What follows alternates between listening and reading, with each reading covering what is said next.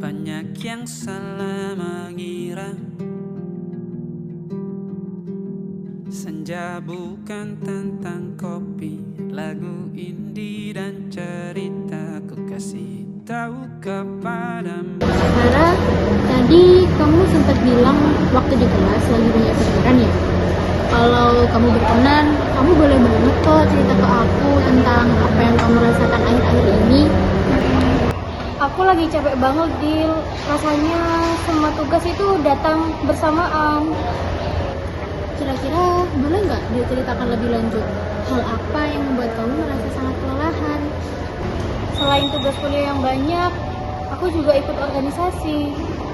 Belum lagi dosen mulai kasih proyek kelompok. Kadang satu hari bisa 3-4 deadline. Kalau aku menangkap ceritamu dengan benar, bukan hanya jumlah tugas yang membuatmu lelah ya, tetapi karena semuanya hampir datang dalam waktu yang sangat bersamaan. Iya, benar. Rasanya belum selesai satu tugas, sudah datang tugas yang lain. Kira-kira bagaimana sih perasaan kamu ketika memiliki kondisi seperti itu? Jadi jujur aku lebih sering kesal. Aku dikit-dikit kesal. Kadang hal kecil aja bisa bikin aku kesal. Jadi selain merasa kelelahan secara fisik, kamu juga merasa emosionalmu mudah terpancing ya? Iya, bahkan juga aku akhir-akhir ini jadi jarang buka grup kelas. Apa yang membuat kamu memilih menghindari grup kelas? Selain buka grup, sudah pasti ada informasi baru, tugas-tugas baru. Aku merasa langsung stres, langsung sesak. Sepertinya setiap notifikasi yang masuk justru menambah beban pikiran kamu ya? Iya, kadang bunyi HP aja sudah bikin aku takut.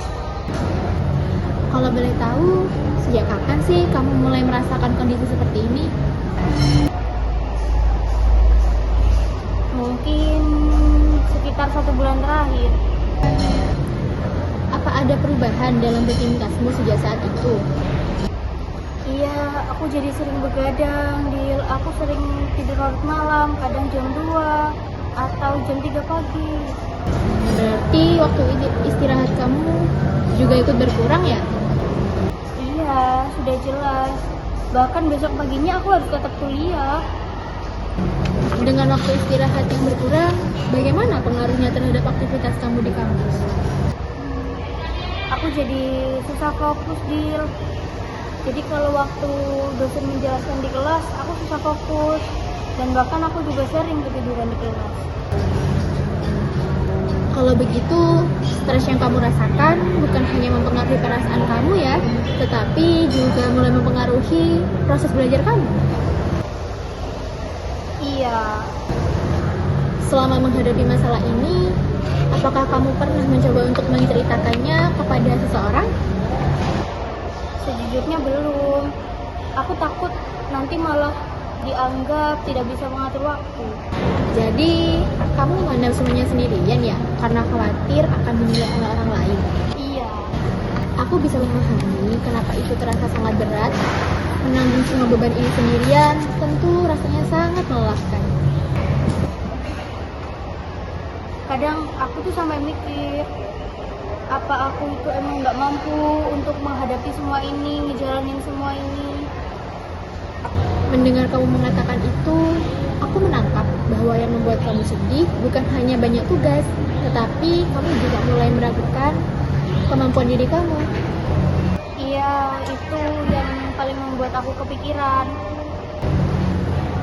Terima kasih ya Farah, kamu sudah mempercayai aku untuk menceritakan semua ini.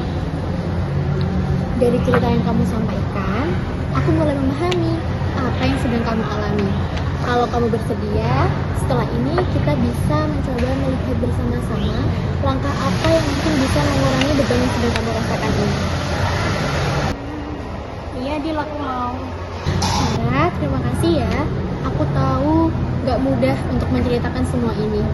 Dari ceritamu, aku melihat bahwa kamu sudah sangat berusaha menjalankan semua tanggung jawab kamu, meskipun sekarang kamu sangat kelelahan. Iya, Dil, kadang aku tuh sudah berusaha semampuku, tapi aku tetap selalu merasa kurang. Aku penasaran, sebelum kondisi ini terjadi, biasanya kamu punya cara tertentu nggak untuk mengatur tugas atau aktivitasmu? Jadi dulu aku sering membuat daftar tugasnya terlebih dahulu. Jadi aku tahu mana yang harus aku kerjakan terlebih dahulu. Berarti sebenarnya kamu sudah punya cara ya yang membantumu mengatur semuanya? Iya, cuma belakangan ini aku merasa semuanya sama-sama penting. Kalau semuanya terasa penting, memang bisa membuat kita menjadi sangat-sangat bingung. Kalau sekarang kita coba lihat bersama, dari semua tanggung jawab yang kamu punya, mana yang paling mendesak untuk segera diselesaikan? Mungkin tugas presentasi hari Senin besok. Soalnya itu yang paling mendekati deadline. Baik, berarti presentasi hari Senin ini menjadi prioritas utama ya kan? Iya. Kalau tugas yang lainnya, apakah semuanya harus diselesaikan dalam waktu yang bersamaan? Enggak juga sih, paling enggak mungkin masih minggu depan. Jadi sebenarnya ada beberapa tugas yang masih memiliki waktu untuk dikerjakan setelah prioritasnya sudah selesai kan? Iya juga ya. Aku juga ingin bertanya, selama ini kamu kan aktif kuliah, ikut organisasi, dan tetap berusaha menyelesaikan tugas kamu. Menurutmu kemampuan apa yang membuat kamu bisa bertahan sejauh ini?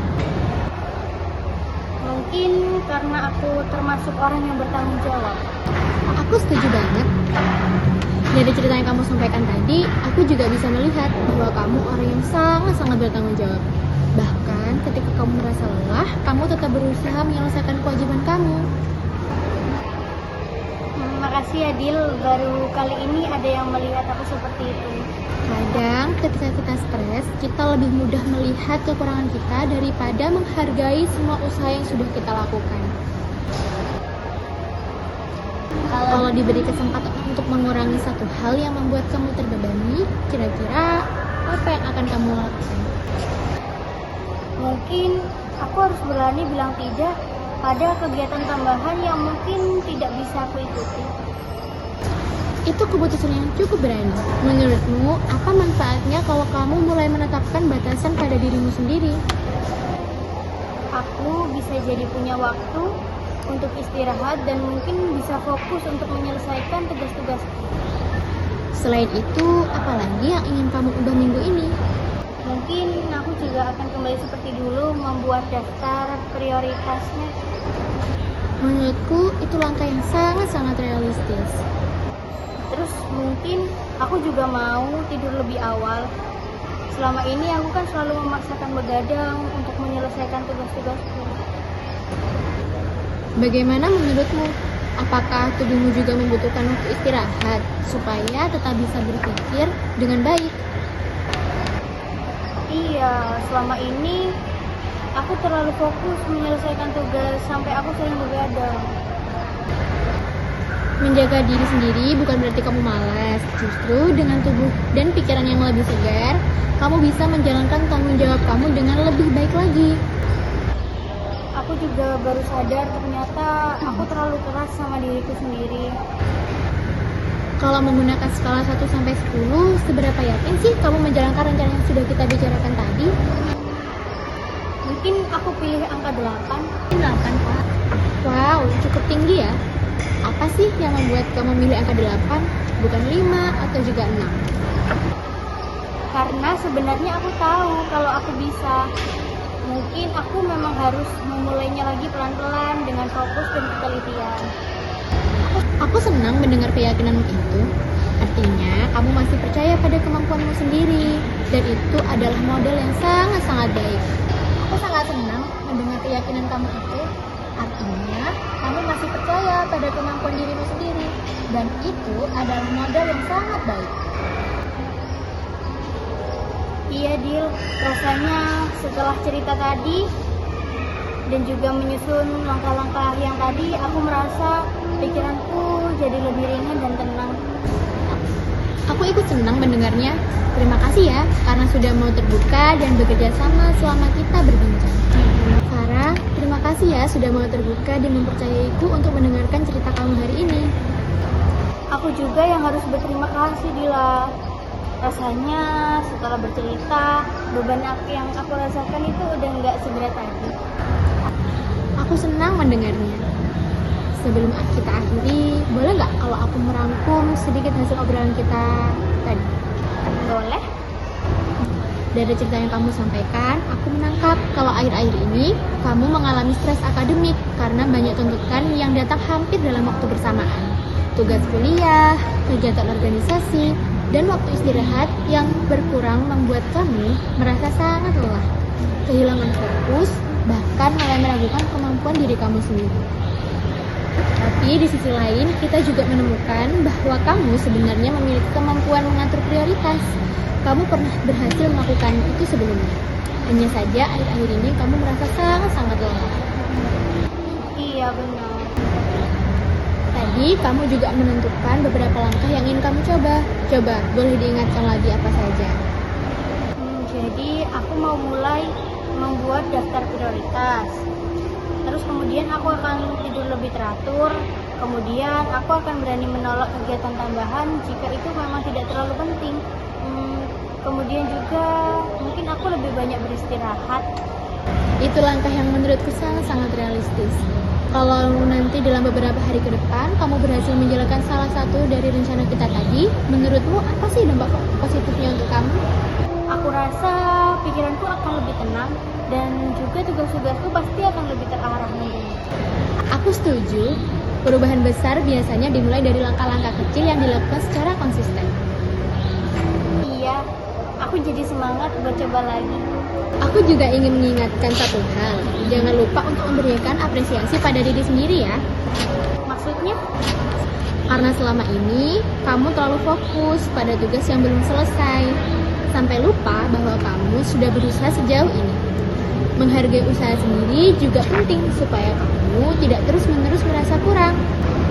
Iya ya, aku memang jarang mengapresiasi diri. Aku percaya kamu mempunyai kemampuan untuk melewati semua ini. Tidak harus sempurna, yang penting terus bertumbuh dan menjaga diri kamu. Terima kasih ya Dila, aku jadi paham dan tahu gambaran apa dan juga aku harus mulai dari mana. Sama-sama Farah, kalau nanti kamu butuh teman untuk berdiskusi atau sekedar ingin bercerita lagi, aku akan dengan senang hati mendengarkan ceritamu lagi. Farah, sebelum kita selesai, ada satu hal yang menurutku penting untuk kita ingat bersama. Iya Dil, apa? Aku senang bisa menjadi teman yang mendengarkan dan menemanimu mencari langkah-langkah yang bisa kamu lakukan. Aku juga senang banget bisa cerita sama kamu. Namun, sebagai konselor sebaya, tentu aku memiliki batas dalam membantu kamu. Maksudnya? Kalau suatu hari nanti stres yang kamu rasakan justru semakin berat, misalnya kamu terus-menerus kehilangan semangat, tidak mampu menjalankan aktivitas sehari-hari, atau juga kamu jarang masuk kuliah, atau kondisi ini juga berlangsung begitu lama tanpa perubahan sama sekali, menurutku akan lebih baik jika kamu menemui konselor kampus atau psikolog. Iya Dil, aku paham. Karena mereka itu memiliki kompetensi untuk memberikan pendampingan yang lebih mendalam sesuai dengan kebutuhan kamu. Mencari bantuan profesional bukan berarti kamu itu tidak mampu ataupun lemah, tetapi itu menunjukkan bahwa kamu sangat peduli dengan kesehatan kamu sendiri. Terima kasih sudah mengingatkan ya Dil. Kalau memang nanti aku merasa bahwa permasalahan semakin berat, aku akan pertimbangkan dan aku akan mencari bantuan ke yang profesional ya. Aku senang sekali mendengarnya.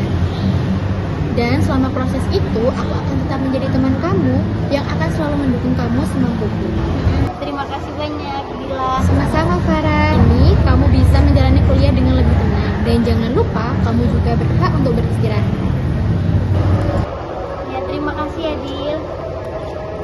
Banyak yang salah mengira